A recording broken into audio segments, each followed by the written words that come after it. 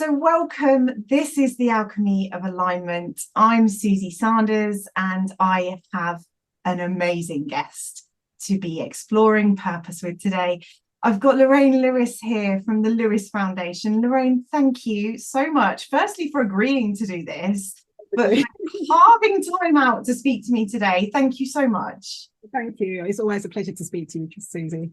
Oh, well, are you comfortable doing a little intro for those present with us today, because you're going to do it way more justice than I can?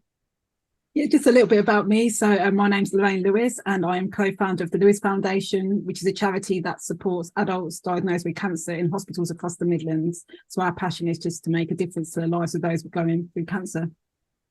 Thank you, Lorraine. And I've had the privilege of knowing you for many years. And actually, the Lewis Foundation and Alchemy Virtual Assistants share the same birth year, don't they? And I know I always try and be a huge advocate of you and the work you do. And literally every time I speak to you, you are just doing so many amazing things in so many different ways. And purpose is a big topic, but that's what we are here to crack into today. So if I can start by just asking you, what does purpose mean to you? Purpose for me personally is the reason for you being. It's about everything you do and everything you stand for. And when you find your purpose, which I have with the Lewis Foundation, to be able to help somebody, it just feels right. It just feels that's what I'm meant to do in life. It's just, yeah, it's your reason for being. That's the way I would describe it, my reason for being. I got goosebumps hearing you say that, because the work that the Lewis Foundation do is just incredible, and the driving force behind it is equally as incredible. And that's one of the things that's always blown my mind about you, just the entrepreneurial nature, the humbleness, all these beautiful elements come in. And to hear you say, I found my purpose through the Lewis Foundation.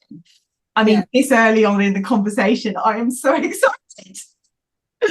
You know, sometimes you think you found it. And when I was, doing my legal work, I always wanted to do law, and I thought that was it. But there was still this disalignment.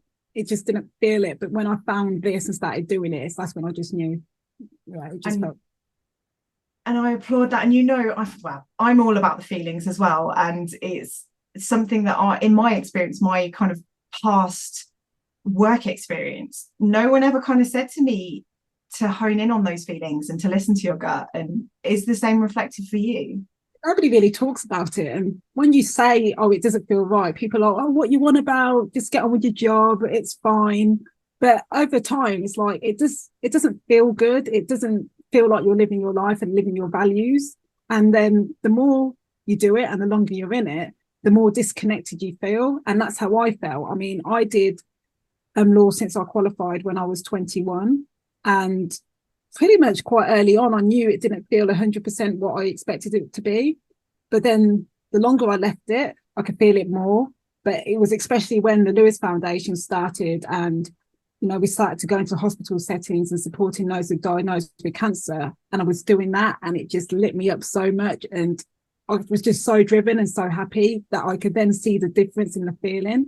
So, but nobody talks about that. And when you share that, people just think, it can't be right. But it is. It's like you said, it's that feeling. When you have that feeling, you just know that that's what you're meant to do. Oh, I love that. And I have to just remind myself.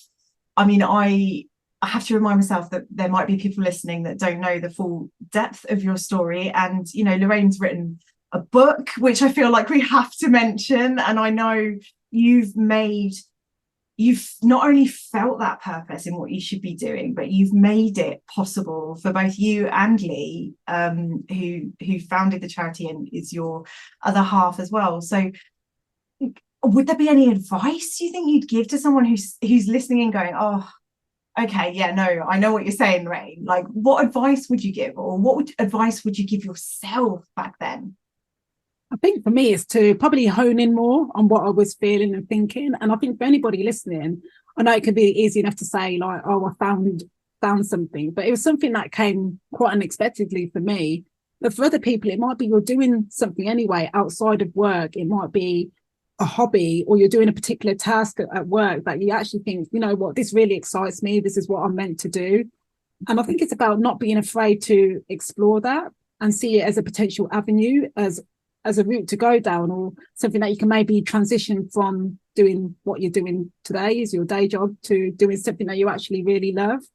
And I think what I find in society is that we have these roles, these particular jobs, and people expect you to be in them for life. And if you're not in them, then what you do is not valued.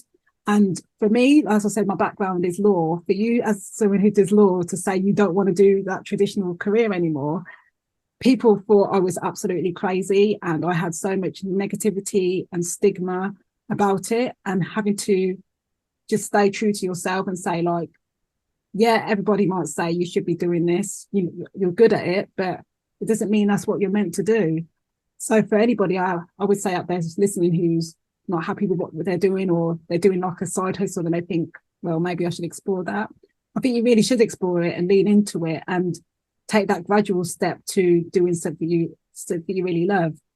And for me, the Lewis Foundation, as Susie said, is 7 years. It took me 7 years to make the leap. So it's not something that was taken lightly or done overnight, but it's definitely about making those steps to explore it and believing in yourself.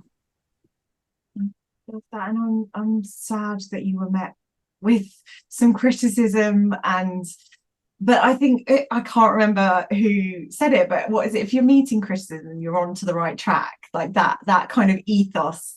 Yeah, absolutely. Yeah, people are not going to be happy, because sometimes a lot of those people, they want to leave what they're doing too, and they're not happy. So the only way for them to make themselves feel better is to keep you down with them. And I do generally believe in that quote that you just said. It's so relevant. I should probably find it and credit it, but it's that ethos, isn't it, of like, actually, if you are going against the grain sometimes, and if you're, you've got to keep that fire and that purpose burning to see you through. And it's 7 years in the making, so to speak, with the Lewis Foundation. And originally you guys started supporting through Northampton General Hospital, and you're now, how many hospitals do you take care of now? We now do 17 hospitals across the Midlands, so covering a wide area from, starting in that one ward in Northampton, we now as far as we go Stoke-on-Trent, Lincolnshire, and all the way down to the Luton area. So it just shows that there's a need for support for people that are going through cancer, which is how we've been able to expand and quite quickly in that short space of time. And all the time it's been through word of mouth, with patients and staff spreading it to other hospitals to say, look, can you take the Lewis Foundation on, because they're helping me get through treatment and making me feel better, and just that there's people out there that care. Yeah, and I'm glad I asked, because just you say about the rapid expansion in such a short space of time. I think the last time we spoke, you were about 11 hospitals. So I'm really glad that I asked. I would have just embarrassed myself. But it's, and again, just if I may crack open, it's not just the people in the hospitals that you're supporting. We were just discussing kind of off record about some of the incredible initiatives that you and Lee have driven and created to keep serving the people that you do and expand your reach. And can we discuss those a little bit, because I think it's just remarkable. Yeah, absolutely. So I mean, as the predominant focus of the Lewis Foundation is to support adults diagnosed with cancer, but over the years you realise there's other opportunities to support people in society. And for example, we've just opened up an outlet store in Grosvenor Shopping Centre in Northampton, and immediately we had Northgate School reach out to us. Would you be able to provide the young students with learning disabilities with retail experience to gain skills, not only for their education, but also for them to enter the world of work? And straight away we thought, well, why not? How amazing would that be? So in July, we started 6-week work placements with the Northgate students. So we have 2 to 3 students at a time that will be coming through, and they learn everything about retail. So it's not like you just come along and you're stuck in the back doing nothing. It's you learn how to use the tills, how to interact with the customers, and how to rotate stock. And it's about actually gaining and giving people real life skills. And I never would have thought, or Lee, when we started it 7 years ago, that we'd be in a position to not just help the patients, but help others in society gain opportunities. And it's not just Northgate students, it's Duke of Edinburgh students or school students. We especially love working with young people and giving them an opportunity. It's something Lee and I never had when we were growing up. The areas we grew up in were not ones where you would get those opportunities like that. So in particular, wherever we can do something to help young people gain skills to either support them in furthering their education or enable them to get a job, then we'll use the Lewis Foundation as a platform to do that. Oh, Lorraine, I've got goosebumps again because it's just doing good, right? And it's just, and if you ever needed, or if anyone ever needed justification for listening to that purpose and being fearless in the pursuit of it, I mean, that story for me is it. Yeah, it's just so nice to be able to give. And then when you see them at the end of the shift and they're so proud and they say to you, like, I feel really proud of what I achieved today, I'm like, oh my God, that makes me feel so good. And I've got to do more of that. Really nice that we can do more. It just makes us think, well, what else can we do to support them? But Yeah. just I feel proud of myself and I've achieved something. That's important and valuable. Yeah. And is it that feeling that kind of keeps you going? Because it's not all those positive stories. There's challenges, there's barriers, there's always stuff to overcome. You know, sometimes I'm not going to lie, it is hard for us, like, having to constantly raise funds and you have to constantly put yourself out there, and some days you don't want to actually post on social media, but you need to use a platform because you don't know who will reach out that day. But then sometimes, like, you wake up in the morning and you open your phone and then you see that one message from somebody about how it helped me or how it helped my mum or what difference it made to my life. On those days where you're feeling low, it just picks you up and thought, right, I've got to get back on it and I need to do this because this is clearly making an impact. So those motivational, like, messages, hearing people's feedback, and it just keeps you going on those times where it can be quite difficult because life's hard, isn't it? And you can't always be up there all the time. So having that, it just keeps you going and spurs you on. Oh, and you've built a great support network locally and beyond as well. And what part has that played for you in keeping you motivated and keeping you moving? Without the community, the Lewis Foundation wouldn't exist. So, like, I know people see myself and Lee a lot and we all use our platforms, but it's not just about myself and Lee. It's, the volunteers, the businesses, people like yourself that are doing everything they can to support, no matter how big or small. People are contributing in different ways to help make a difference to the patients in hospital and volunteering their time out, trying to source product donations, fundraising, doing crazy challenges. Everybody plays their part in making a difference. So for me, community is everything, because without that, then this wouldn't happen, because there's no way us two could do it on our own. So it is about the community. Oh, I wholeheartedly, I love it. And if anyone's listening, we're going to put some links in, because at the very least, to discover how to support you, to links to your book, to make donations. And I know you do your Christmas annual Christmas campaigns as well. So perhaps there's some opportunities for business leaders listening to support you through that initiative. Absolutely. I mean, the Christmas hamper campaign is probably one of my favourite campaigns every year for the Lewis Foundation. And it's all about creating some joy at that time of year when people are going in hospital, when they're going through treatment. There's often no joy, nothing to look forward to over the Christmas period. So what we do is we ask people to donate to fund the Christmas hampers. We make them luxury Christmas hampers. So we work with Waitrose. So it's products that people wouldn't normally afford. So it's an actual special treat. And then people nominate somebody they know that's going through cancer treatment, and we coordinate it and turn up as a surprise at their door all throughout the month of December, usually a fancy dress, just to create some extra festive feels. So I've got so many different outfits, but it doesn't matter. I love it. And it just, when somebody opens the door and they're not expecting to get a gift, and often they're like, is this actually for me? It's, well, yeah, it is. It's honestly just seeing the people's smiles and happy tears. That campaign is everything. So yeah, definitely check us out to find out more about that. I promised myself I wouldn't cry today, and I'm not going to. But I think, I'm an avid follower of your social media content and all the messages that you put out there. But I must admit, the photos of the Christmas hampers, just it's such a joyful thing to be involved with. So it's so important. So important. And I've got so many questions that I want to ask you, Lorraine, but I suppose at this point I would like to ask, what are the most important things that the pursuit of your purpose has taught you? It's for me, it's taught me how to live life. I don't think before I did, like it was more materialistic type of thing. So it's like it was about, getting that bag or having that particular outfit. But when you enter the hospital setting and you see people at all different ages, and one minute they're fine and the next minute they're told they're going through cancer, and then they don't know if they're going to live or not, it just shows you life in a whole different perspective. And I see that all the time where people are in that situation, and it made me look at actually what's actually important. And the stuff that I used to think was important actually was never really important at all. For me, it's about making memories, creating experiences, spending time with people. Those things are become what's important to me. So it's really shifted my perspective in terms of how I live my life, in that I've got everything I need. All the stuff I used to aspire by and want, I actually don't want it anymore. I'm just content in just enjoying life and living life as much as I can to the fullest, because you just don't know what will happen.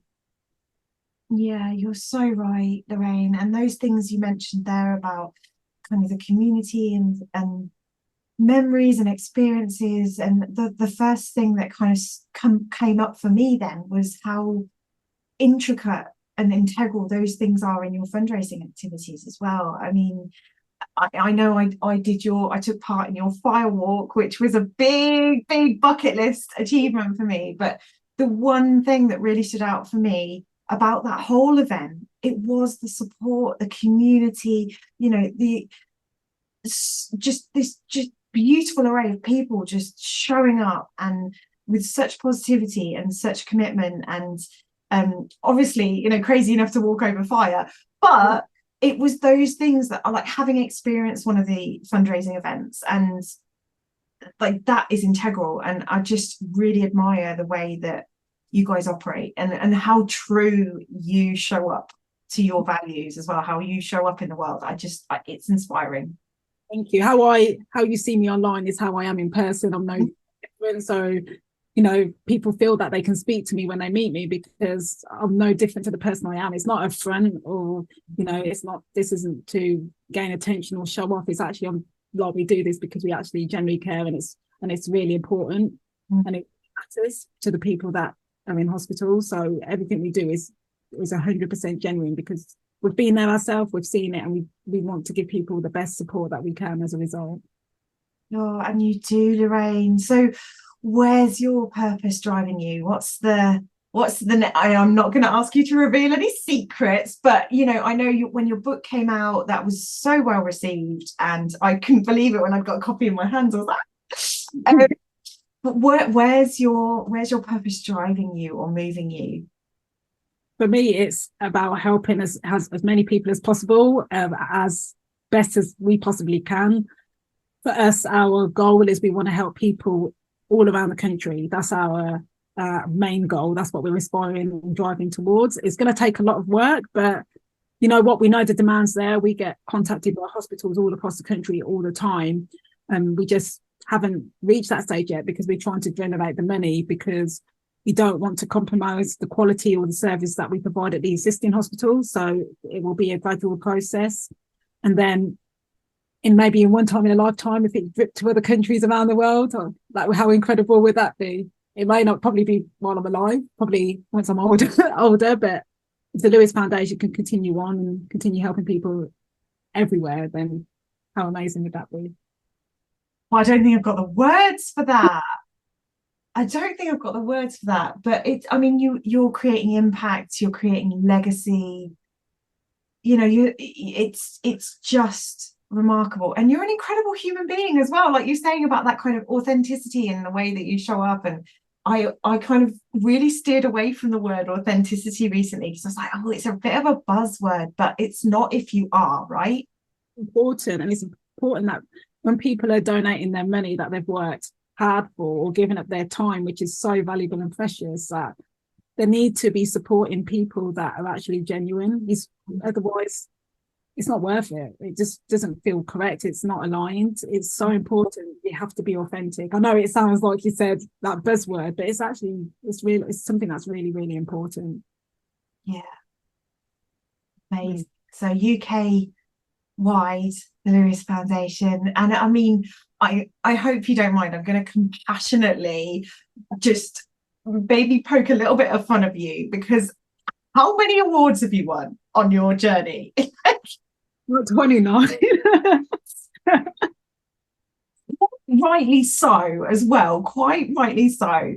But I'm mentioning it because it's important that for me as a human being, I'm going to be a little bit selfish here and say, I know you and I know the impact of what you do and the passion in which you put to it. So to see you recognize, like, you're hobnobbing with celebrities and being invited to all these incredible places, to see you all recognized in that way is really affirming. So what's been the biggest kind of wow, pinch me moment, I guess? There's probably two. So the first was the Hello Magazine Awards, because I didn't know what was going on there when Lee and I walked in, and we were just like, what the hell are we doing there? Because it was just like people you've seen on TV everywhere.